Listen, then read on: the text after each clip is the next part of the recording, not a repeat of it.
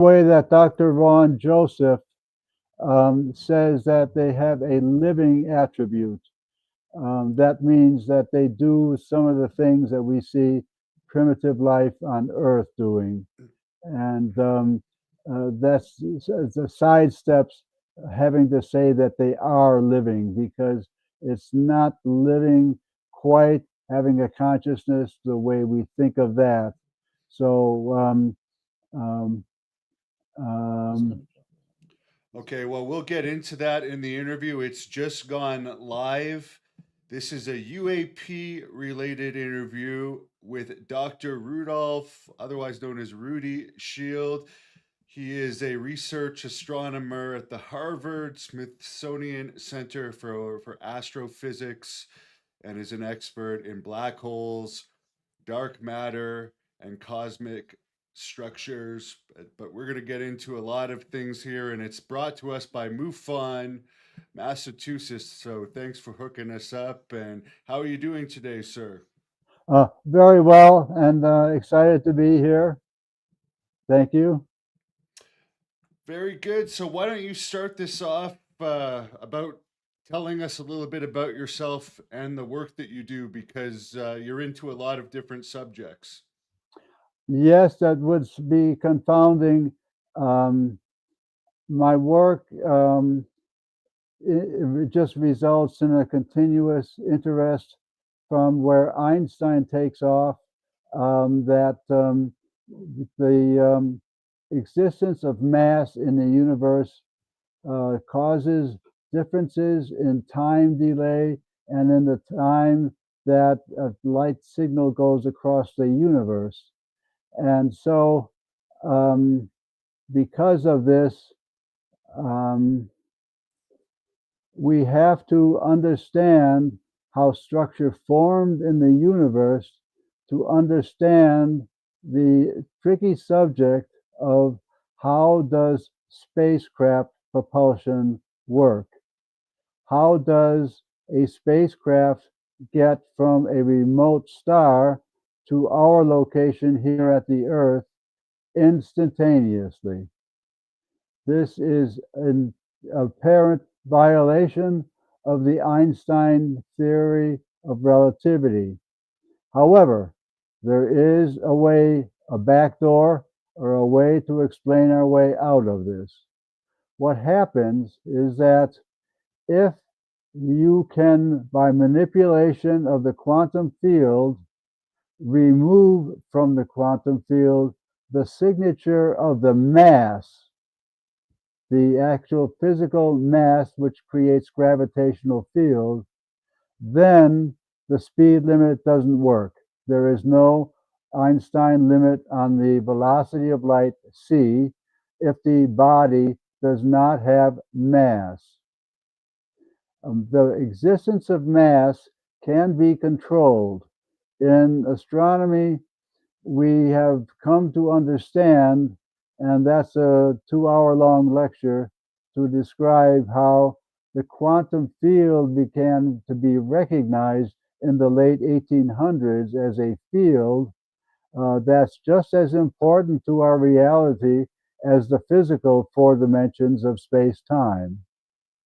That's hard to get your head around, but um, that's the secret of the propulsion. Things don't have to be accelerated at a finite rate. They can be accelerated instantaneously, which is why UAP are shown sort of just appearing, doing a something, and then disappearing equally instantaneously. You don't see them slowly accelerating faster, faster, faster, and then disappearing. The interesting stories I could tell about how this was learned for the production of Star Trek by the creator of Star Trek, who would appear at Mount Palomar and ask how it would look if I portrayed the Starship Enterprise accelerating and departing. And the astronomer said, of course, well, you can't exceed the speed of light, but if you did, you would see the image of the Starship Enterprise red shifting, and um, when it had red shifted enough, it would suddenly black out and disappear from view. And that's what inspired that simulation. When you hear the announcer say, the voyages of the Starship Enterprise, and whatever else he says. You see the Starship Enterprise, and then you see the voyage beginning with a great burst of energy, and the Starship Enterprise taking on a red color and disappearing into the distance. So um, that's um, how we have to go about understanding the mystery of why do UFOs appear in our atmosphere. I think there can be no contradicting that statement right now. The U.S. Navy, because of Ryan Graves and other naval pilots have detected it on their defense suite of instruments on their fighter jets, uh, flying from the USS Nimitz, as I recall. They encountered objects that they see in the sky, and that's enough of that. I think that you can take it from there. As a Harvard scientist, what convinced you to take your UFO research seriously, especially claims like Bob Lazar's Area 51 technology, which I know you take very seriously as well? Yes, in answer to your question, I became interested because of the explorations from psychiatrist John Mack, who called me up one day. John Mack and I were social friends here at the university. We respected each other's credentials and we knew of each other's work. But one, he called me one day to say that um, he had been um, having in psychiatric counseling a number of people who were all telling him similar stories about their abduction experiences. And his exploration of that is well summarized in the book Abductions, authored by John Mack. Anyway, he was calling me at that time because he said many of the things that his patients are telling him have astronomical implications, like this matter of the instantaneous the transfer of the Starship Enterprise to the universe. Um, the Enterprise is, of course, an entertainment figment, but apparently, according to John Mack's work, people were reporting the same kinds of things were happening to them, and they were puzzled by it, confounded by it, and sought psychiatric counseling because they got no support from their families, and the the subject was not possible to talk about in the era of his psychiatric work, which was the early 1990s. And the book Abductions appeared in 1993. Anyway, his tenure at Harvard University as a practicing psychiatrist, but also as the director of the Psychiatric Institute, um, that tenure came into review when he was talking about the interventions or the abductions, And so with the alumni of the university complaining that we've got this rogue professor. Can't the university do something about this? They decided to review his tenure status and did this with an open committee.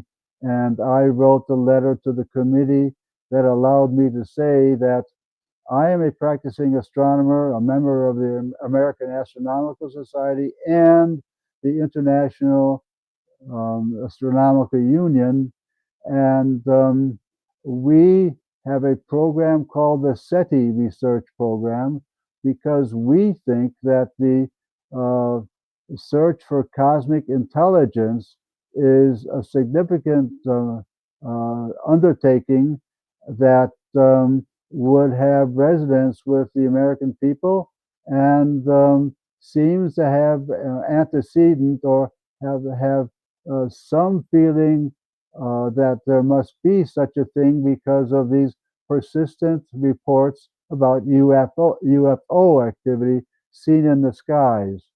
That is being beautifully documented by the MUFON group, the Mutual UFO Network, MUFON, and I've been interested in the work of the MUFON Association as well as the story of abductions um, brought to light by John Mack. What can you tell us about abductions and what the purpose of abductions might be? Because there's not a lot of people affiliated with Harvard that have talked open about that, other than John Mack, to my knowledge, in the past. You're quite right that the whole thing got squelched, and the university, Harvard University, did not pick up on the pioneering work by John Mack. So let's talk about the work. John Mack says at 3 points in the book Abductions that the takeaway from all my research on this topic is this: we are not alone in the universe, that there are alien species who abound in the universe and have underway a breeding program in which they are trying to create composite beings with human DNA and their alien DNA. And he says that, as I say, in the introduction to the volume, as a um, summary chapter in the volume, and he also includes an epilogue chapter in which he says it a third time. So um, we have to take seriously, I believe, based on his researches, the possibility that there is actually an abduction program underway. Abduction and alien breeding program. Now, would these be happening all from the same species, or is there particular species that have different intentions? Because I've also heard that some of these aliens also take animals as well as humans, and some just take humans. You know, I haven't heard about them taking animals, but there is a great deal of knowledge about animal mutilations going on. Uh, any rancher out west will tell you stories about that. So there is some interest in these aliens in the animal population on our planet as well, and perhaps they're smart enough to figure out that they are most in consciousness like the human population, but they seem to have taken an interest in the animal population as well. Yes, I was just reading a book by I think it was Jacques Vallée, where there was an incident where they were trying to uh, take a farmer's dog, and they couldn't understand why the humans would care about the dog being taken, because I guess they don't have the same connection with animals as we do. And they ended up not taking the dog, I guess. Um, Luckily for the humans in that specific case. I see. I don't know that story, but it's all very believable to me. Do you think that there's been disappearances of humans that have had to do with abductions where they're taken and never returned? I don't. I have not heard of that. I don't think that is true because I think there are enough people interested in this topic now that were it true, I think word would have leaked to us by now.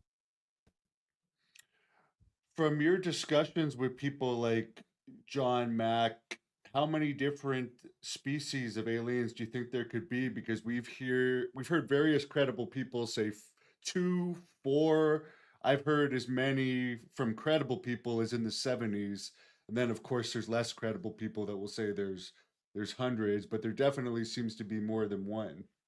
Yes, I would have to say that I'm not an authority on this, but I would be surprised if the number were less than 10. And you seem very convinced on your theories on how UAPs move at these ridiculously high speeds that are unbelievable and go against theories of people like Einstein. What makes you think they're not interdimensional? Because we've also heard Representative Anna Paulina Luna and David Grush come forward recently, believing that at least some of these could be interdimensional. Yes, actually, the two are one and the same because if you remember, in my first remarks, I talked about our having discovered in the late 1800s that there has to be a quantum field that is interdimensional in the sense that the other people are using the word interdimensional. That is to say, all of our knowledge about physics that we learn in high school and in university is what we call Newtonian physics. But the quantum field introduces new kinds of being and states of matter and new attributes of matter. And so the um, uh, so um, let's see.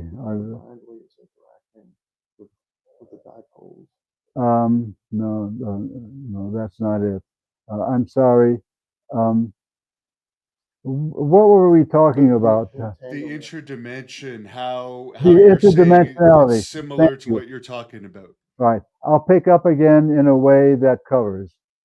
Um, so interdimensionality can be understood as that extra two dimensions exist in what we call the quantum field. It was an enormous step forward when Dr. Edgar Mitchell, whom you remember had a PhD from MIT, And he was an astronaut as well, for and anyone that was the doesn't know. astronaut and sixth man to walk on the moon. That's correct. He was a good friend of mine, by the way. And he showed that although the quantum field has to um, have the properties and describe a new aspect of our three-dimensional space, it does this by a holographic representation of our three dimensions using time. And so what it does is remanufactures the description of our physical matter with two dimensions of space and one of time instead of X, Y, Z and time. through the holographic representation. So that's a new understanding of the space-time structuring in the universe, and that might be called interdimensionality because it uses different dimensions, that is to say, the quantum field, and then it uses them in a different way.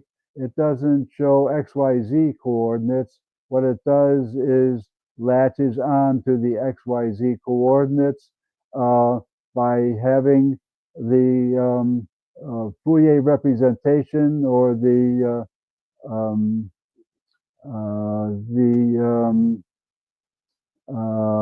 hologram representation of the three spatial dimensions within two dimensions if you can use time to complete that discussion. So it is fooling around with dimensions, and if you call that interdimensionality, that's fine with me. We don't do that in the class in the Harvard lecture room, but the intent and the meaning are clear enough, and I don't look down on people who are trying to understand something which is so very, very difficult to understand. Recent UAP hearings have brought UFOs into the mainstream, that along with YouTubers and podcasts and more openness in the media. How do you see the government disclosures aligning or clashing with scientific evidence for extraterrestrial intelligence in the coming years?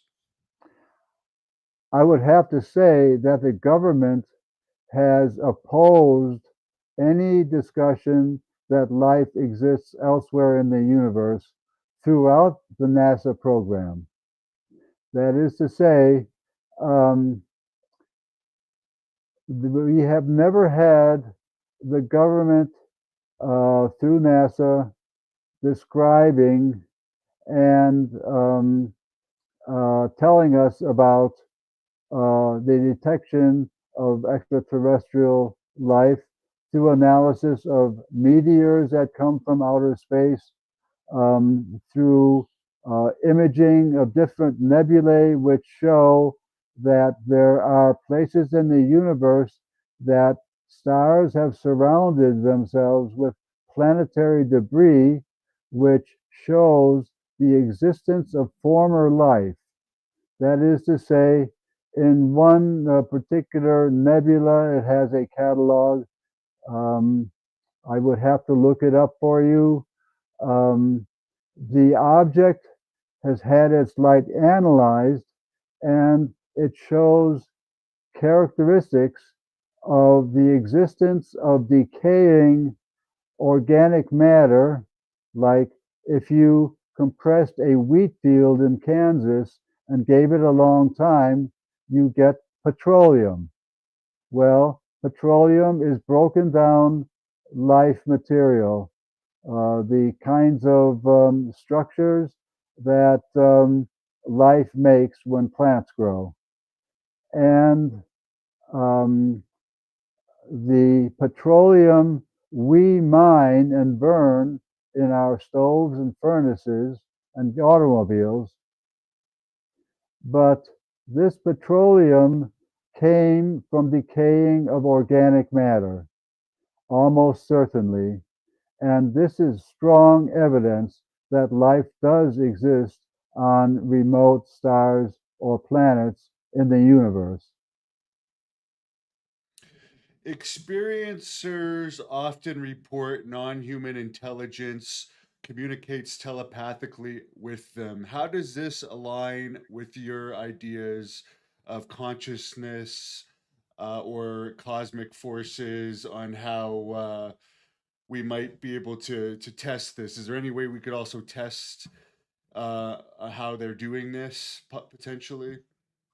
Uh, yes, um, it's fairly well understood that the brain functions in consciousness by the operation within the brain of the exact same machinery that operates in a standard, ordinary digital computer.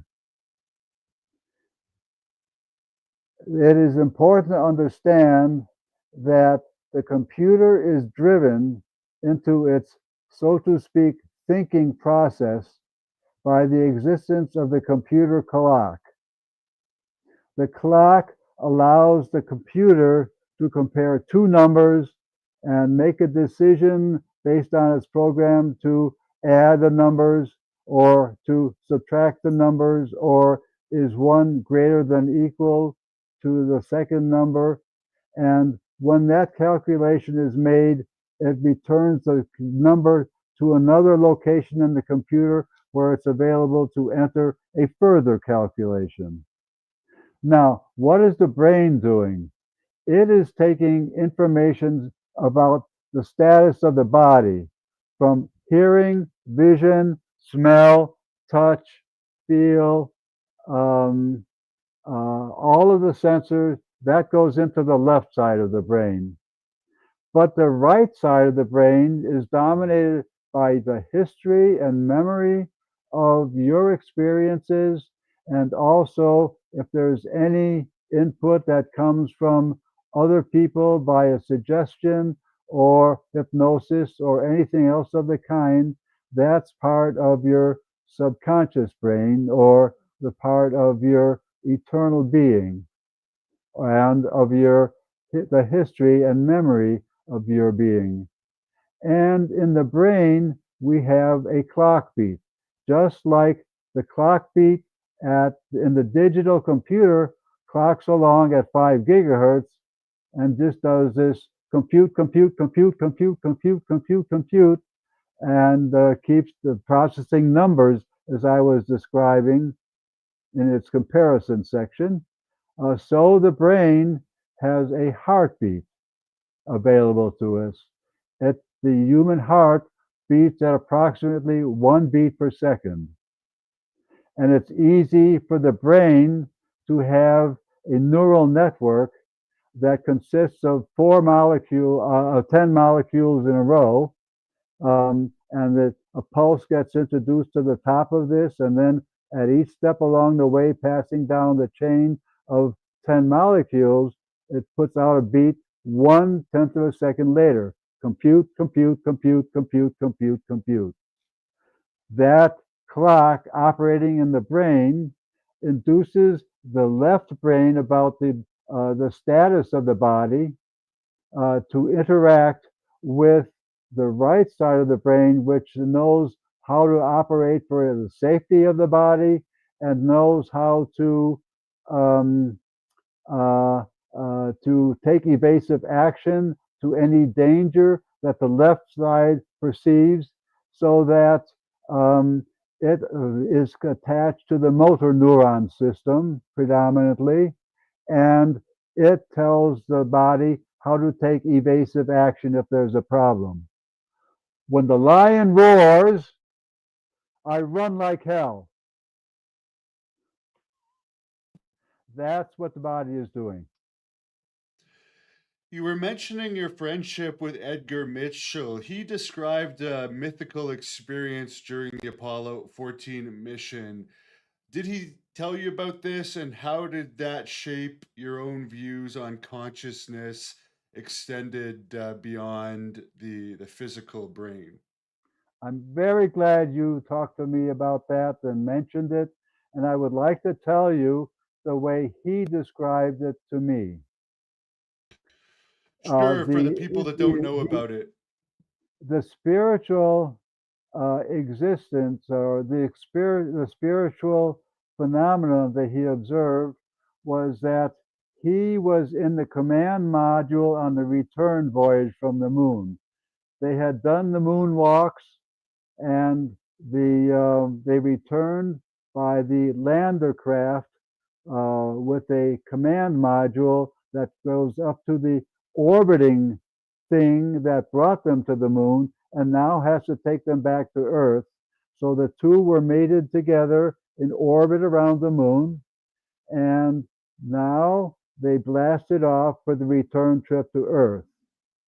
So, in that very relaxed time, he, Edgar Mitchell, as the commander of the mission, had the window, had the chair, the seat in the command module next to the window, and he could look out at their approach to the Earth and got that effect that astronauts describe as having a tremendous fondness and respect for our home planet. But it was something more to Edgar, he says, and described what is often described also in the Indian tradition as the samadhi effect. He describes his tremendous feeling of oneness with the universe and how the universe is so capable of many marvelous things for us to be excited about. And it gave him a totally ecstatic feeling. He was extremely impressed by this. He was absolutely sure it had happened. He tested his memory of it on the rest of the return flight back to the aircraft carrier. And I think it was about a day later, they entered orbit in the Earth's outer atmosphere, and then they got dragged down by parachutes and dropped onto splashed down on the Pacific Ocean floor, on the Pacific Ocean. And there he told me they were picked up by a helicopter, and the whole command module picked up, carried back to an aircraft carrier standing by to receive the mission, and dropped on the deck of the aircraft carrier. On the deck of the aircraft carrier, he saw a pair of trailers and a third trailer, which was the readout trailer. The first trailer that they were guided out to when they had climbed out of the capsule, parked on the deck of the carrier. The first trailer was a decontamination trailer, he explained to me, and they did some procedures which he didn't describe to decontaminate and then just observe the astronauts. And then from there, he was taken to the second trailer, which was the debriefing trailer, where a NASA debriefer, also having debriefed the earlier Apollo crews, um, debriefed them about the voyage to the moon and back, and the sampling, the collecting of rocks, and some other things I could tell you about, but to finish the story about the aircraft carrier, he told me that when he started to describe to the debriefer the details of his ecstatic samadhi experience, and the details are more beautifully laid out in his published book called, called The Way of the Explorer by Edgar Mitchell. Um, well, the debriefing officer didn't want to hear about this ecstatic experience, and Edgar would bring it up time and again, but the NASA debriefer would have nothing to do with it. And so it was that a short time later, he decided to leave the NASA organization. He wrote a letter to Werner von Braun, who was the director of the NASA, hired to undertake the Apollo program, fulfilling the promise by President John F. Kennedy in 1960. So Edgar decided to leave the NASA Corps because he felt that they were not supporting his interest in the Samadhi experience. And so he wrote a letter of resignation that went immediately to the desk of Werner von Braun, the director of the NASA organization. Werner von Braun told Edgar, I know what you are going through. He said, I will respect your wishes and sign this letter of resignation, but I ask you to do me the favor of first going to all of the NASA centers. So the JPL labs in Pasadena, Altadena, California, go to Goddard in Maryland, go to Houston again, and try to find within the NASA organization any scientists who would be interested in working on a program with you, Edgar, on the nature of that samadhi experience. So Edgar was a trained pilot, got in his assigned jet, flew out to California, uh, went to the Altadena headquarters, and also to Goddard in Maryland, came back to Houston, and could not find anywhere in the NASA organization support for a proposal to um, further explore the samadhi experience, and reported this back to Werner von Braun, who then signed the resignation documents, and Edgar Mitchell withdrew from the NASA program and started the IONS program. Very interesting. What could you tell us about the IONS program? I'm not familiar with it. Um, the IONS program is meant to look into the spiritual nature of our human existence and our brain, and try to come to understand how the quantum field can do so many magical things that were not allowed in Newtonian physics. And so, for example, in Newtonian physics was the Einstein theory of relativity, which said that the instantaneous propagation of information across the universe is not possible. But um, now we know that that isn't true, and that the key to instantaneous transformation across the universe, creating a kind of a wormhole, is the cancellation of the signature of matter that is in the quantum field for all matter. So, what is this idea of shared consciousness that you've talked about? That it's not only between humans, but could even be animals involved when you're up in space. Could you explain that a little bit? Yes, I can. And again, I can quote to you by Edgar Mitchell. Edgar told me that he um, knows from the NASA program, the manned flight program, that astronauts frequently have a problem that is never being talked about. He said that astronauts in space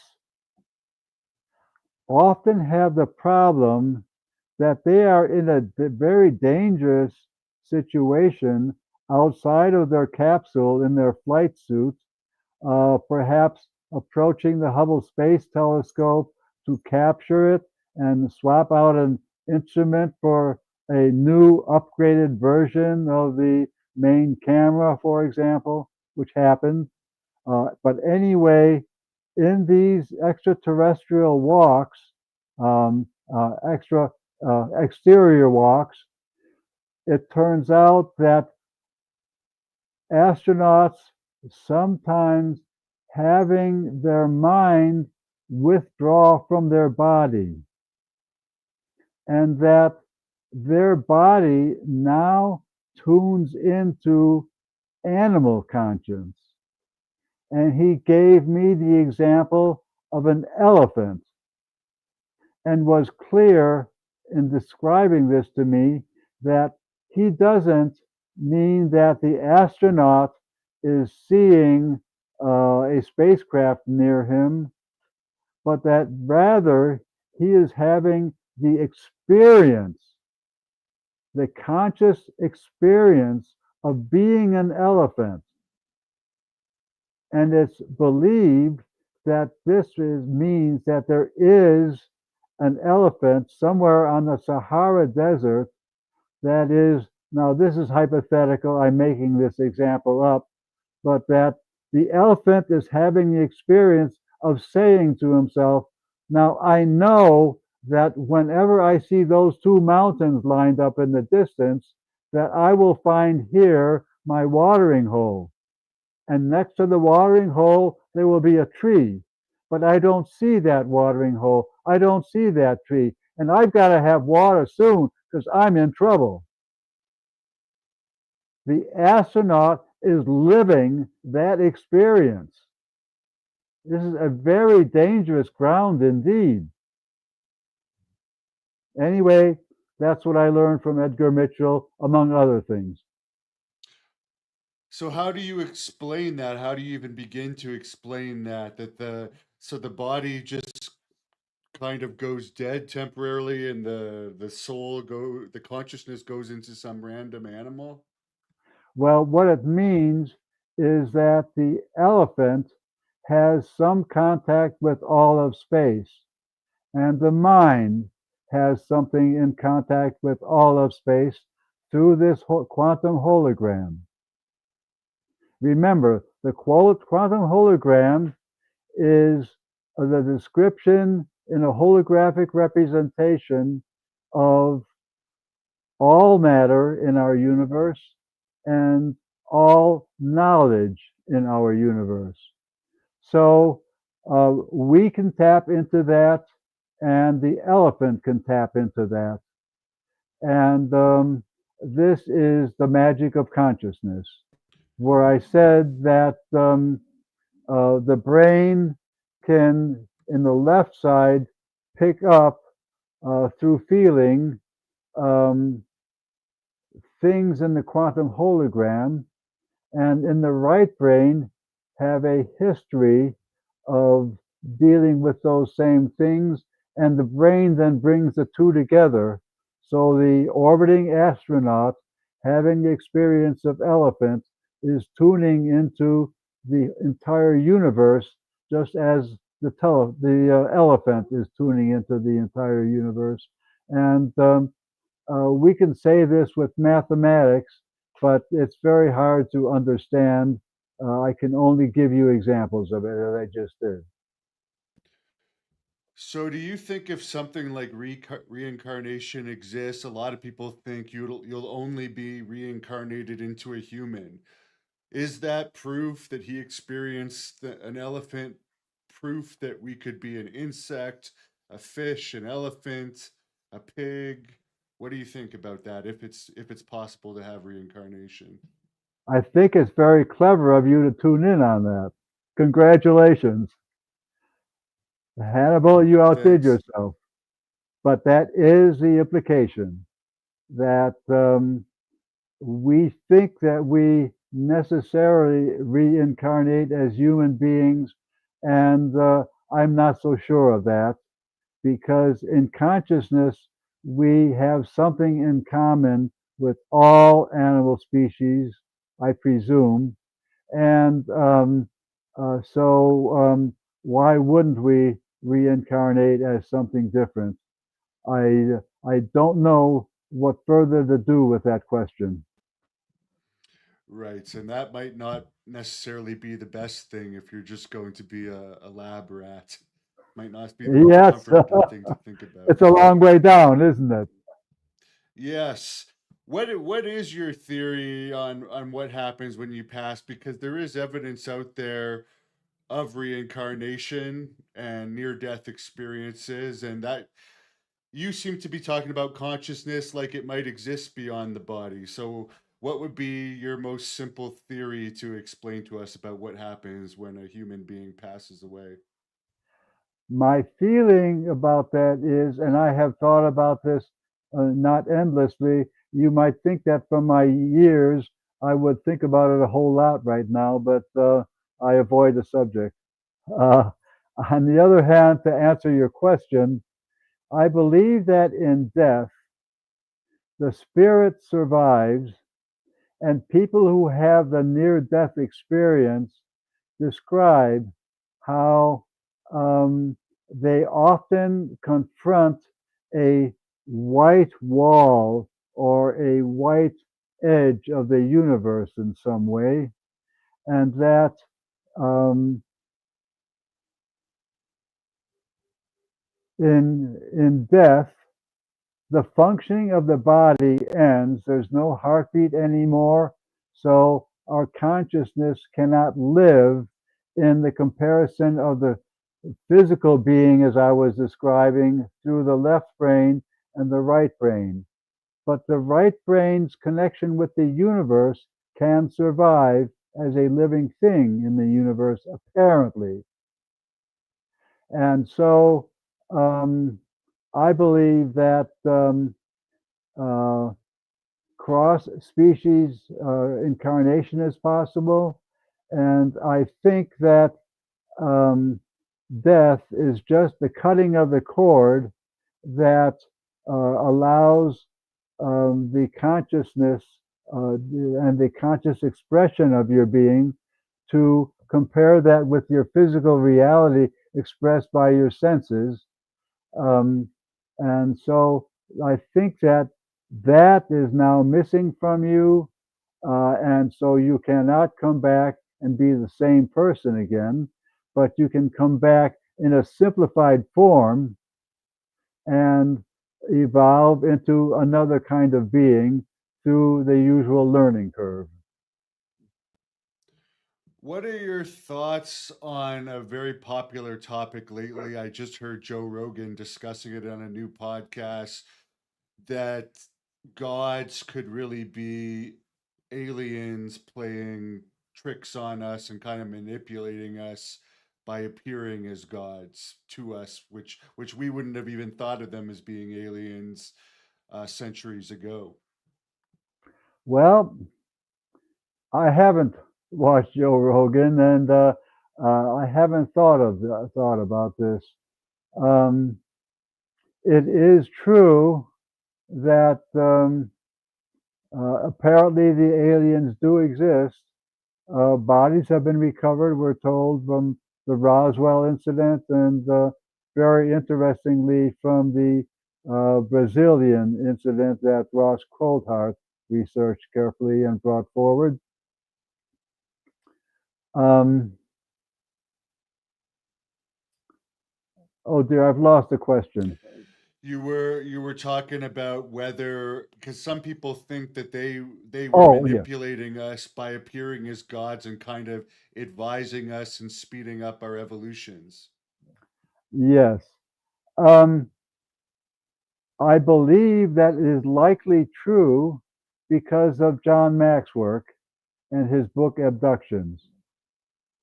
I believe that part of the alien abduction program, insofar as it's true, means that they are anxious to upgrade their DNA and crossbreed with the human being. And what we see is evidence of that being present among us, apparently. And we have not, I suppose, considered yet the possibility that a human alien hybrid might appear on the alien planet far away. I don't know. I've never thought about this. I've also heard the theories, and I'm not sure if John Mack is was one of the ones with this theory, but there's been several professors that have talked about this, that have studied abduction, that one way that aliens could kind of infiltrate a planet is by slowly creating hybrids through these impregnations and sperm samples and so forth that they do in these abductions, and the planet could just slowly become populated with the hybrids. What are your thoughts on that? Or would they all be in these other planets once insemination occurs? Well, I think that the hybrids would be at a tremendous disadvantage because the human being has evolved to be compatible with the Earth's environment in all of its weirdness and all of its subtleties. And so the chance of an alien um, being able to just survive seems low enough, but to be able to succeed and do better than human beings, I think that's too hypothetical. I don't entertain that as realistic. There's a viewer on here asking if you would expect aliens to look more like humans or more like the alien creatures in the movie. And another thing I'll just ask you related to this, we hear some stories that some of these aliens have like helmets on to protect themselves from the atmosphere of the earth, and some of them don't. I would assume that just has to do with what their abilities are to breathe on this planet, or what contamination issues that they might have. So I agree with you, and that's why I say that it seems to me so unlikely that um, the alien abductees would be more successful than we are, because while they may have some intelligence advantages, as you say, they will need helmets or other assists to learn to digest the foods that are abundant for the human species because we've grown up with it. And so, as the earth was created through evolution, so man was adjusted to all of the changes that the earth has gone through and has evolved successfully to be able to dominate the planet as we do. So I think that the chances of an alien being reproducing that miracle are extremely low. You mentioned earlier about cattle mutilations, and I know other animals have been mutilated as well. What do you think the main purpose of these mutilations are? Because we hear about the blood being sucked dry in a lot of these cases and very precise incisions. Nothing like, I'm sure there's been some cases where it's been predators, but there's also a lot of cases where it's clearly something using high tech tools to do these mutilations. Yes. I doubt that they use the animals for food, so it's almost certainly for research. And I think they may be doing experiments in genetics where they have a zoo of terrestrial animals on life support in some way, and they're trying to raise their hybrids, perhaps using some of the traits that they find in the animal DNA. We have to assume that if they're here collecting specimens like us, then it's likely that they have a home program of trying to exploit our DNA and create their own superior species. But I think that um, we can only make a contribution to their DNA. I don't think that they can take over our DNA. I have a sense of this from the following experiments that are being done always by the medical community. There are so many experiments that are done there where a doctor will take an amoeba in a glass drop on a slide and with careful precision injure the amoeba. And it is miraculous how, in every instance and in so many trials of this experiment, the amoeba responds in what appears to be the best way to repair the damage to the cell and seems to always know the best way to do that. This is such a shocking result that's not widely known or repeated, but it seems to be true that curing in the medical community often doesn't have any kind of sensible understanding, but the universe and the animals in our planet seem to have developed the ability to cure themselves um, under most incredible and varied injury types. That, in my view, could only have happened if the animal kingdom arose in the long history of evolution of the earth. That is to say, the animal kingdom grew with um, the structural changes of our planet, and also I believe it was a uh, a prime objective for the creation of life on our planet for life to emerge and thrive. That is to say, what we see going on around us, and especially in the medical experiments of inducing injuries and watching the wide variety of healing methods that even the most primitive life form, an amoeba, seems to have built into it somehow. So I can't see how this could have happened without the purpose of the universe and of our star and planet is for life to emerge and prosper. Paul, one of our viewers, is asking about the abduction of female eggs and how they're removing the eggs from the females. Could you share your thoughts on this if you have any? You know, I don't know how the female equipment works, and uh, I don't know about female anatomy, and I'm not your guy to answer that question.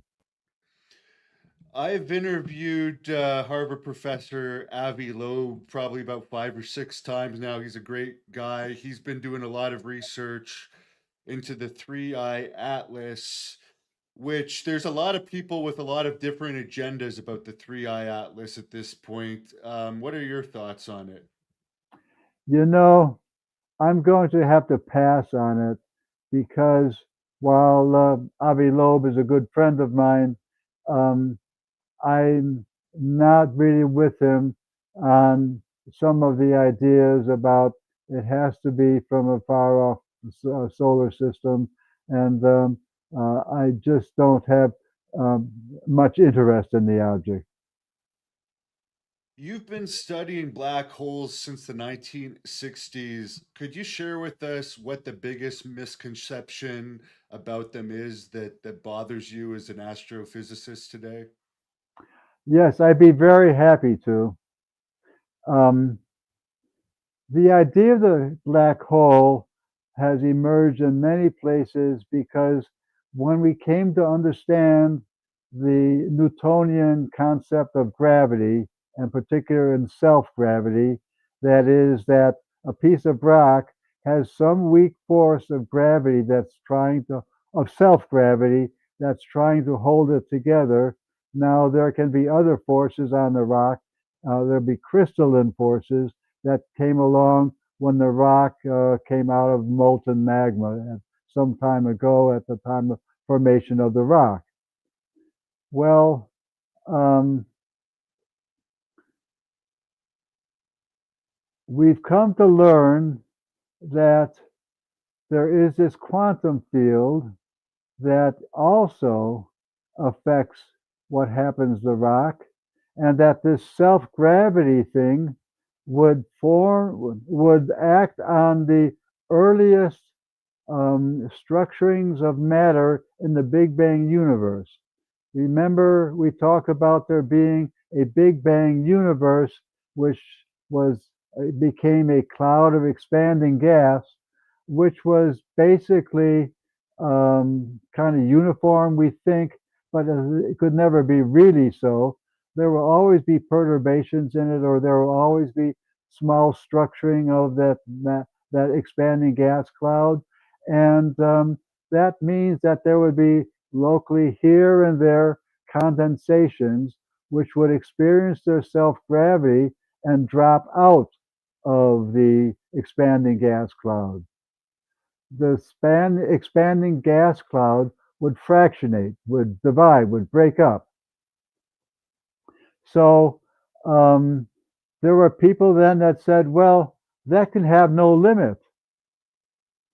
Once the fractionization has started, it just goes faster and faster and faster and faster. The closer and tighter the matter sticks together, the stronger is the force that binds it. So it just keeps going stronger and stronger and stronger and stronger. And what's to stop that? And so the black hole concept arose. How the gas cloud must, as hydrogen, expand infinitely and form an infinitely dense object. And they call that the singularity. Now, we now see that that does not happen. People had already realized that the idea of gravity falling together, holding and attracting together this primordial cloud and then collapsing faster and faster and faster would in fact run up the quantum field, which is subject to the Pauli exclusion principle, which says that in quantum physics, because of the quantum field in our universe, no two particles can exactly follow or be in the same place at the same time. And so this actually develops into a force of expulsion on the gravitationally collapsing cloud, and gradually a quantum force builds up that slows and stops the gravity object, and the object stops collapsing and forms an object which has been called the magnetic eternally collapsing object, or MECO is the acronym's usual name. A MECO is this halted collapse object which has many of the properties of a black hole, but does not have a singularity.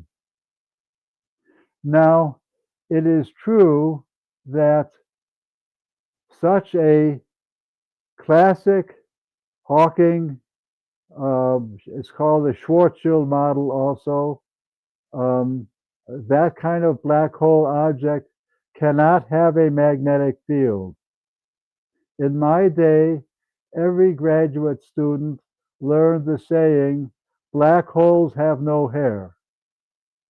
And that was a kind of a nasty way of putting it, but it was unforgettable to graduate students.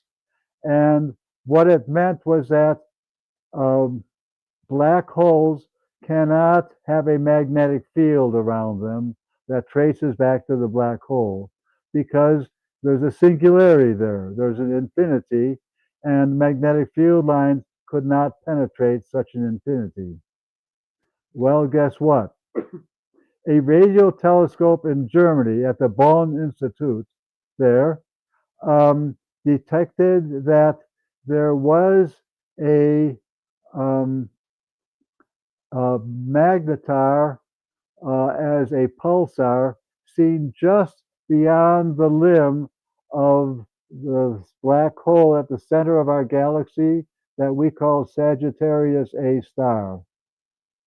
That magnetar was observed to be making radio pulses like all pulsars make, and it was noticed that those pulses were being treated by the quantum field in a way that had no understanding with the quantum black hole singularity theory.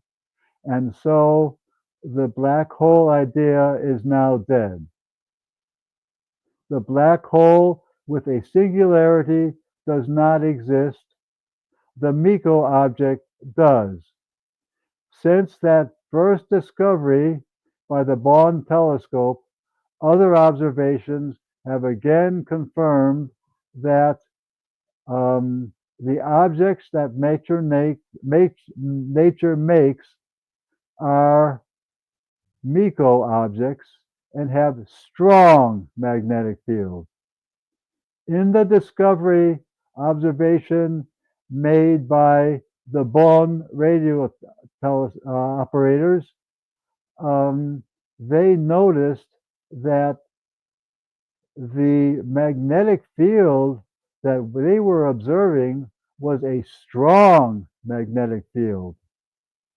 If the Earth's magnetic field that's strong enough to move our compass, that's only at a milligauss strength at the surface of the Earth. Milligauss means 1,000th of a Gauss. The black hole at our galactic center is emanating a magnetic field of 2 to 300 Gauss.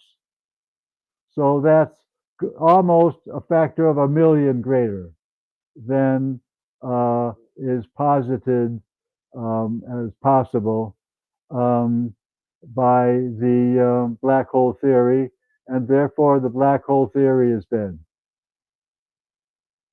Very interesting. I know you're an expert on intelligent plasmoids, and we've had a bunch of people that wanted you to talk about your thoughts on that and the potential cover up that NASA has done about these plasmoids.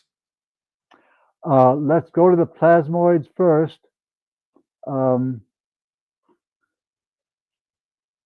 Many people who congregate in places like Skywalker Ranch and maybe uh, uh, Sonoma, California, and other places that are somehow hot with quantum energy. Many people report seeing orbs, and they have, in some cases, shown me pictures of orbs. That's not hard to do. Your cell phone camera will allow you to take pictures of orbs. They tend to be about this size, maybe not far from the size of the human brain. And they show structure like they may have tentacles, they may have little bubble structures within them, and they seem to be kind of like organic matter. They're not in regular geometric structures like a piece of iron, which is a crystal, and the atoms of iron within this crystal are regularly spaced and regularly arranged. No, the orbs tend to be a blob like thing with no regular structure and kind of blobby components within them. So I believe that what the orbs are broken entanglements. Now, we've got a lot of ground to cover here to make this plausible. and I'll go through it as fast as I can. Um, but remember that we say that the spacecraft gets to our location through entanglement. That is, along the path between the distant alien star to our sun and planet Earth, there have to be some quantum commonality along that field, like charged particles or like spinning particles or a mass structure that fills along that space with common quantum properties. And so that creates an entanglement in the quantum aspect of our universe, the quantum dimensions of our universe. Now, um, those entanglements can act like a black hole wormhole. I'm sorry, a wormhole. And Kip Thorne at Caltech was talking a lot about wormholes in the 1970s and 1980s, but nobody knew how to make one. But apparently, we are seeing them in orbs. It's just that one part of it's gotten broken off. And so it's a orb like structure that's trying to find its mate. And so what it does is it creates the enhancement from the distant star to here and then produces at its tips something that it, for whatever reason it has, or the people back on the home star of this orb thing, of this orb entanglement, um, that thing wants to be recognized by a human conscious being to complete the end of the funnel and make a transportable thing to transmit information, like maybe information to build a spacecraft, or maybe the parts to build a spacecraft, or whatever. Um, uh, the orb is the part of the entanglement that's now been cut off, maybe by gravitational lensing or some other gravitational effect. Maybe a planet whizzed by and cut off the second funnel, opening to complete the entanglement that then could transfer information from an alien star to our star and planet. That's a very good way of explaining it as fast as you could. There's a couple people on here. You mentioned the Big Bang, and they want to know your thoughts on the Big Bang theory because some people believe in it, some people don't. What are your two theories? Okay, and well, they should. There is plenty of doubt about it. There is nothing that says in observations that was a Big Bang, except the observation that the universe is expanding, and the faster away you get from the source, the faster is the measured rate of expansion. And so that would happen if there were an explosive beginning and then a kind of a coasting expansion. Now, um, the fact that the universe is seen in this expansion is often called the Hubble observation or the Hubble expansion.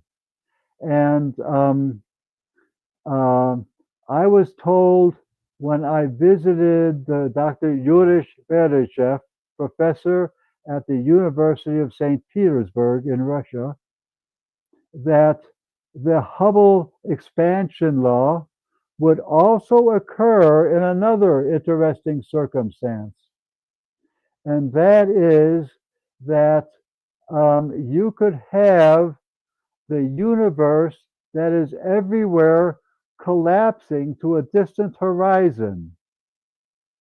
In other words, the distant horizon could have a massive gravitational field if there's a massive amount of material at a distant horizon being the edge of our universe. So, if matter up at some place in the universe, falls down, it will approach the universe, the edge of the universe, faster and faster and faster and faster and faster as it gets closer and closer and closer and closer to the edge of the universe. You would have the same Hubble law in that case. Now, I'm sympathetic to the possibility that we do have such a universe which is expanding, as the Russian astronomer explained to me, Yuri Beryshev, um, and that in fact universes may in some sense bump into one another and spawn baby universes, which would have the property of having a large amount of mass uh, outside of a large space. So it might be that our universe does not have an explosive beginning, pow, but rather has this mother daughter relationship where existing universes come together, conjoin in some way, and um, feel um, the outer horizon of the conjoined universe, which has so much matter at its horizon that it makes a new universe out of that. So that would be a way of growing universes and also reproducing the one observation that supports the Hubble law. That is the expansion of the galaxies measured by their increasing velocities the farther the more distant they are from us at Earth. Makes sense. Thank you for that explanation. I know that you've had some talks with Lieutenant Ryan Graves about his experience with UAPs. Could you go into some detail about that?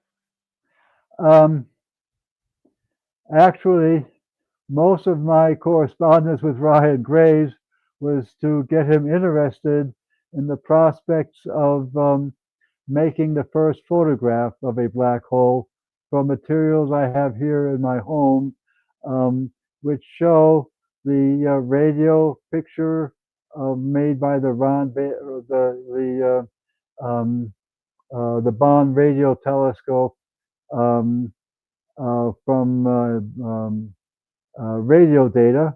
And then there is the optical photograph that we see of the region of Sagittarius A star at the center of our galaxy. And then there are the pictures that were made by the NASA Sophia Explorer of the black hole at the center of our galaxy. I have amassed all of these photographs, but they're taken in different ways with different detector systems, and I'm trying to get AI engaged to put all of these pictures in a combined radio, optical, infrared, and perhaps even X-ray picture of what a black hole is. So that's my master plan for Ryan Graves. Um, Now, what his squadron saw was probably a bigger case of orbs that I was telling you about. That is to say, a spacecraft at a distant place in the universe does the same thing that a human brain does, which is catch a ride on entanglement, quantum entanglement. The brain and the orb are about this big. The craft is the size of a spacecraft, which is to say maybe 30 feet or something like that. And that is probably what the craft that Ryan Graves and others uh, saw. And it was apparently not just that flight, but the aircraft carrier captain has said, oh, they see things of this kind so much, and um, they're getting to be a nuisance, and they may eventually be seen to be a security threat. Well, anyway, I believe that the objects that they see um, are the spacecraft deliberately projecting at the end of this entanglement connection, and for our amusement, something that we might recognize and concentrate on it so that our consciousness of being people on this planet will recognize that that's something that looks like it's intelligent. I wonder what it is. And they're pondering it, may help it to manifest itself as a physical object, make it re-achieve its mass so that it can pass along entanglement as a massless object, but then our consciousness come to the rescue and complete the wormhole and initiate a transfer of the spacecraft from a distant planet to our planet. And what are your thoughts on the whole psionics concept? I mean, you're kind of talking about it there that we're giving these things energy somehow, but can we control these things with our mind? Because for someone like me, that's very hard to understand. And for me too. um, Psionics is almost certainly real because um, a now disgraced physicist, I should say, a now disgraced scientist, um, has shown that the mind, in the presence of the mind, a certain waveform appears, and that is apparently a waveform of consciousness. I illustrate this waveform in the article that I wrote in the Ray Hernandez book about um, cosmos and consciousness, on the nature of consciousness and um, uh, on the nature of consciousness and contact with non-human intelligence. There is a chapter 10, and in my chapter 10, I show a picture of what I call A waves and B waves, where the A type waves were discovered by Wilhelm Reich, and they have about the size of the brain, as I said, and have the shape of a coil spring. That is to say, they look like an automotive coil spring. Another kind of wave I call attention to is a B-type wave, which is like two funnels back to back. That is to say, one funnel expands out this way, and the other side expands out that way, and they conjoin at the center. And that's another kind of wave which seems to emanate from our brain. And by the way, astronaut Edgar Mitchell was was very interested to look at this scientist Wilhelm Reich's museum at Rangeley, Maine. I was there with him, and we reviewed the nature of the experiments that Dr. Reich was doing. Dr. Reich was not a trained physicist. He was a medical doctor. He trained in the psychiatric medical group with um, Freud, and who was after Freud? I'll think of his name in a moment. But he broke from the psychiatric community to do his own research on a more physical character, not concentrating on the brain, but rather on what we're doing in our entirety when we have the experience of consciousness. And so he discovered these two waveforms. And when Edgar Mitchell saw his apparatus, I remember his making the remark, I had no idea that Wilhelm Reich had created coherence over such large distances. That's quoting Edgar Mitchell. I heard it firsthand from him. Very interesting. Paul would like to know your thoughts on crop circles. Obviously, there are some people out there that I can't stand that go out there and ruin people's fields and make a game out of this. But do you think any of them are real? Any of these symbols that they put on these fields all over the world?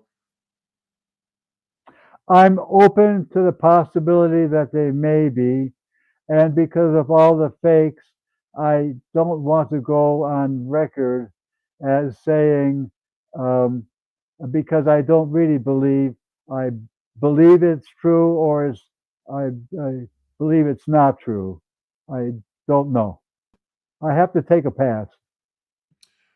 What are your thoughts on ghosts and what ghosts might be? Because I've had an experience seeing one about 23 years ago, so I'm a believer that they exist, but I'm not exactly sure what they are.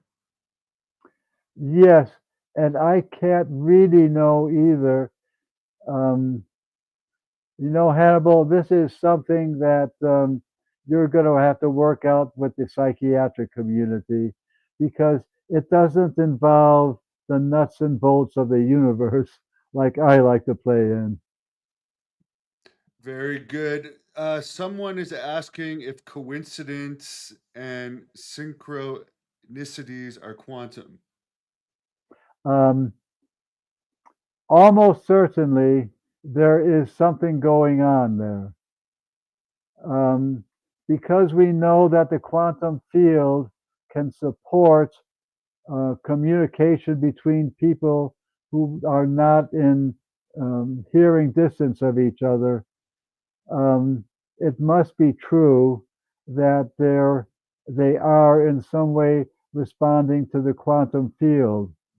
And now time comes into the picture here, and that's getting back more to my interest in time and space and what are those variables.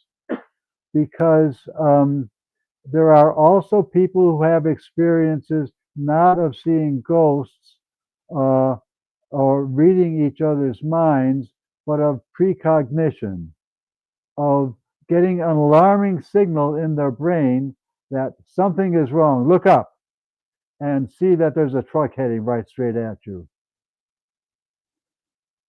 A lot of people have that kind of experience, and that's because of the quantum field and because of the quantum nature of information in the universe.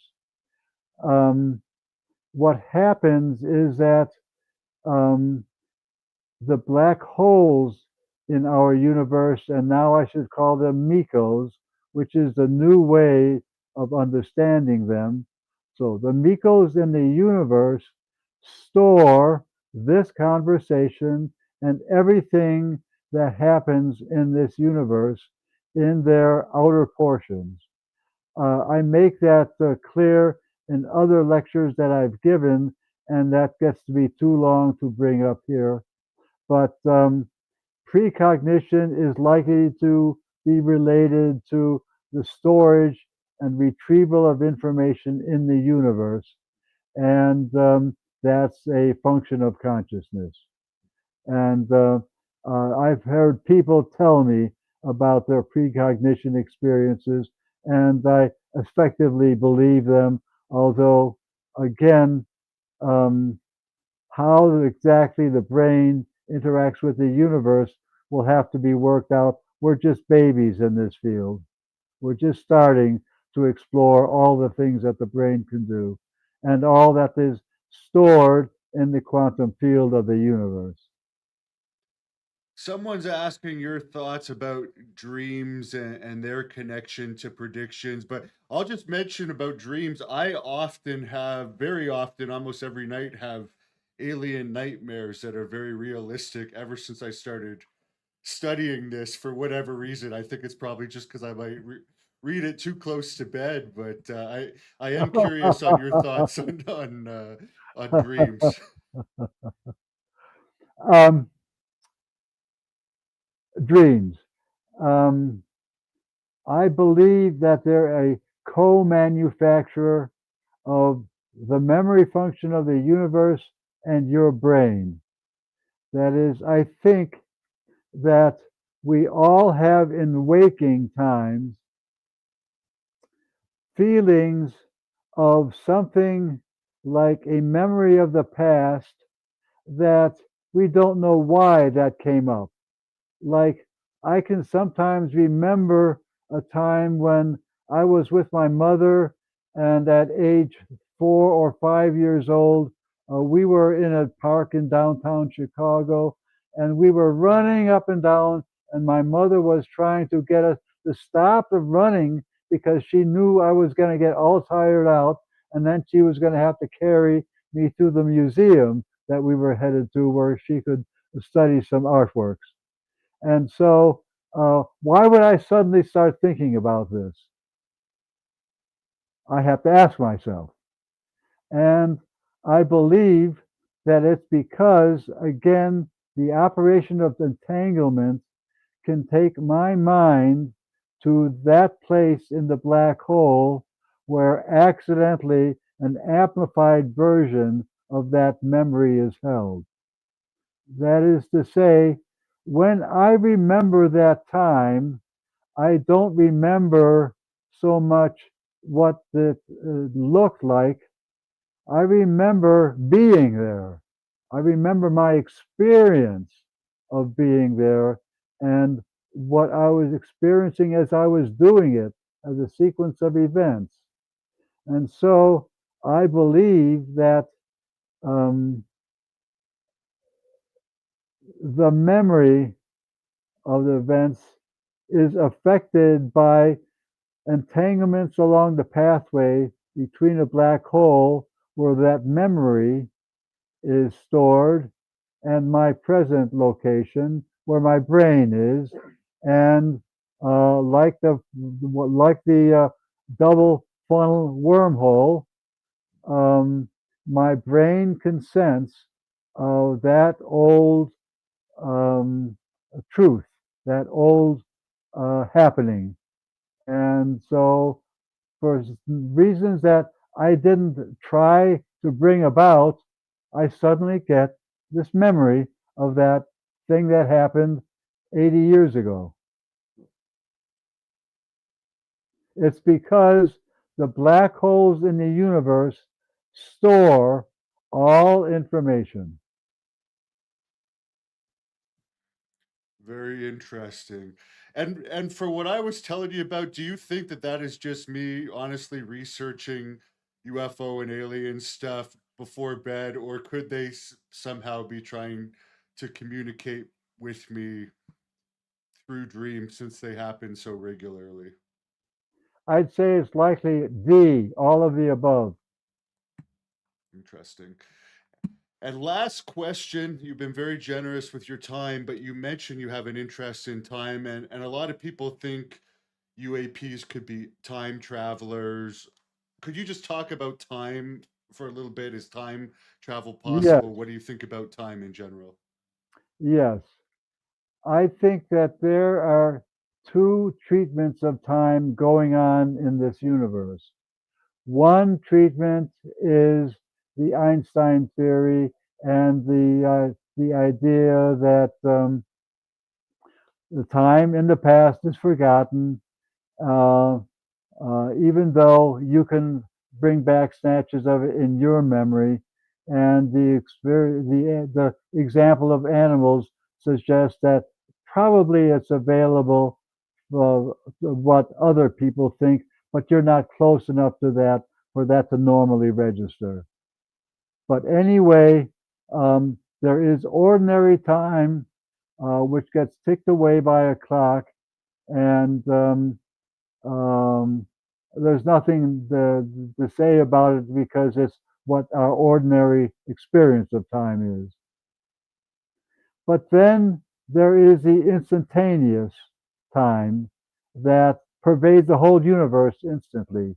So this conversation in the quantum space is being broadcast throughout the universe. And entities elsewhere in the universe probably are able to tune into it if they're entangled correctly with the universe. So these other entities are probably aware of our interest in them. I would say almost certainly, but also I'm prejudiced a little bit by the Ross Coulthart interview with the Brazilian event where um, a damaged flying saucer crashed, and I think this was around the turn of the century, around the turn of the millennium. Um, um, in it, um, some living beings were found, and um, he um, it was reported that being in the presence of these foreign beings, these alien beings, made you be aware of an intense intelligence. I know how to make a more mathematical statement of that, but I think most of your audience isn't interested. Um, our human brain has the ability to get reprogrammed to higher frequencies. And by frequencies, I don't mean sound frequencies, but spatial frequencies.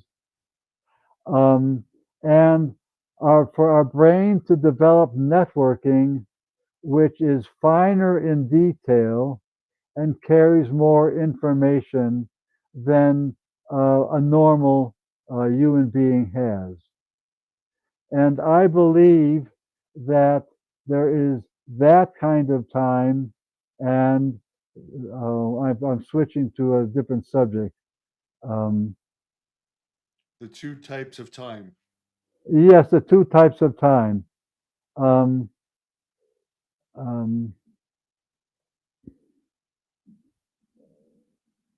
so there is the time that's measured on a clock, and the time that has to do with the structuring of space and of entanglement and the working of the quantum aspect of the universe, both at the same time and at the same place. And that's why we have these two different um, viewpoints on time. The one involving the quantum field is so new that it's not really explored yet. From what I can see of your living room there or your office, it's I really like the style. May I ask how old your house is?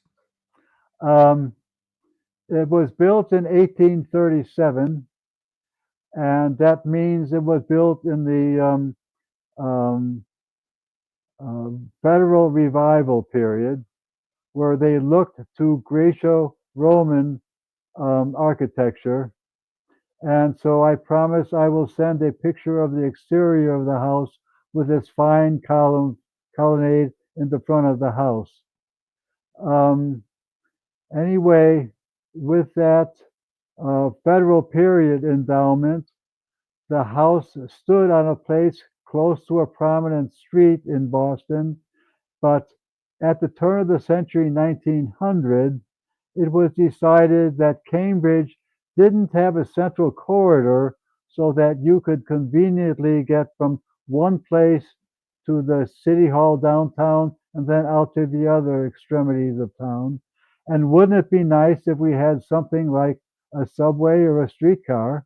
And so they decided to build a large Massachusetts Avenue that went from one extreme of the city across past Harvard Square and downtown Cambridge, and then down to the river, uh, um, the Mystic, and the Charles Rivers. And for that reason, this house had to be moved because it was on the old road, that they now wanted to make wide with a streetcar, multiple traffic lanes, and 12-foot wide sidewalks. So the house had to be moved. It was Wow. moved in 1897, which was the height of a different architectural era, the Romantic era, and the architectural style had changed, and so the house was restyled in a more romantic and elaborate styling of the Romantic era, the turn of the century, 1900. So we have two kinds of architecture in this house, and all marvelously developed. This house is known as an extraordinary example of a classic federal period home that was then tarted up in the Victorian era. And it's one of very, very few of its kind, but it is also known by the Cambridge Historic Commission as the most original and elaborate Victorian um, decor. And if I got out of the way, I could show you an extremely elaborate fireplace constructed of the one vein of black marble found on the North American continent in the state of Vermont.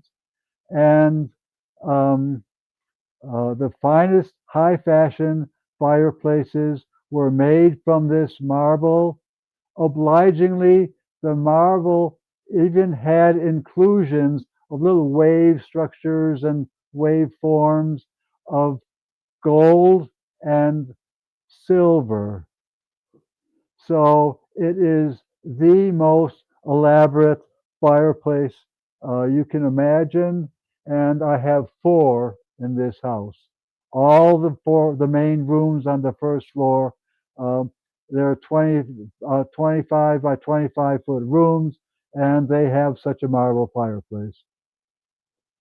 Wow. Well, if I Anyway, ever get out there, maybe I'll have to make a video you would of your place. absolutely have to make a video, and I'm trying to interest a grandson of mine to make a video, but he wants money. It's the same ungrateful grandchild that I bought the drone. How do you like that? I just got to throw this one in here because it has to do with your two types of time theory. She Dances 907 says, is this theory in alignment with the concept that time folds, that we aren't so linear, but a mirror with two waves of time together? Well, I thank her for that, and I think that we're all operating in a realm where this will all get sorted out, and we're just beginning. And I thank her for her wanting to help me out. Very good, sir. Well, it's been a great honor to speak with you. Is there any way where people can follow your work, buy any of your work? Could you let us in about that? Um, the books by Ray Hernandez, uh, there are two series of them, and those can be bought by Amazon.com. You would probably look up the principal author, who is Ray Rey Hernandez, Hernandez, and there is tons of material of a technical nature published throughout the Astrophysical Journal, Astronomical Journal, and the Journal of Cosmology principally. I am one of the most referenced and cited authors in the history of astronomy. Um, a typical astronomer has about 500 citations to his published work in his lifetime, maybe 1,000 for a really good astronomer. I have 12,000 citations to my refereed published scientific work, and that's extraordinary. It Anyway, certainly good is. luck to all of you. Very good. I appreciate you coming on, and hopefully we can have you on again sometime. Thank you for expanding our minds, and I'll let you say whatever you want to tell the fans to close this off. Um, I believe that we have only recently begun to understand the power and the versatility of the quantum field. Keep tuned to that, and you will be where the action is. I, for example, am working with a young man who is working on the interaction of the quantum field with solid state physics, and this will lead us in the direction of the quantum computer. Just think about that.